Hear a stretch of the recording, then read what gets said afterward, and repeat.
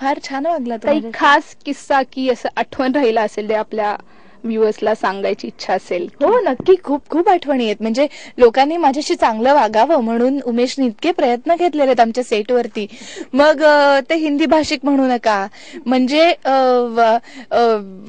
धरून धरून लोकांना की जा आणि मृण्मयीला छळा, याच्यासाठी विशेष कष्ट त्यांनी घेतलेले आहेत. की आमचा एक बल्लू नावाचं कॅरेक्टर केलेला एक सुपरस्टार आहे तो भोजपुरी मधला, सुनील कुमार म्हणून. तर त्या बिचाऱ्याला मराठीचा काहीही गंध नव्हता, काहीही म्हणजे काहीही गंध नव्हता.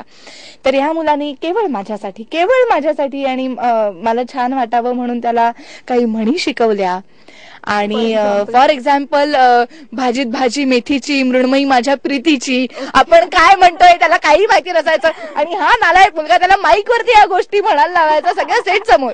आणि त्याच्यानंतर हे छळणं म्हणजे हिटलरचे कॅम्प कसे असायचे ना, शूटिंग संपल्यानंतर ते साधारणपणे लाफिंग चेंबर्स व्हायचे, गॅस चेंबर्सच्या ऐवजी. म्हणजे इतकं हसून हसून लोक, म्हणजे एकूण एक आनंदात सगळं शूटिंग पार पडलेलं आहे. प्रचंड तगडी स्टारकास्ट, प्रेक्षणीय लोकेशन्स, सुमधुर संगीत आणि आधुनिक तंत्राची तेवढीच चांगली साथ असलेला हा मराठी चित्रपट म्हणजे फुल ऑन मनोरंजनाची पर्वणीच असणार आहे.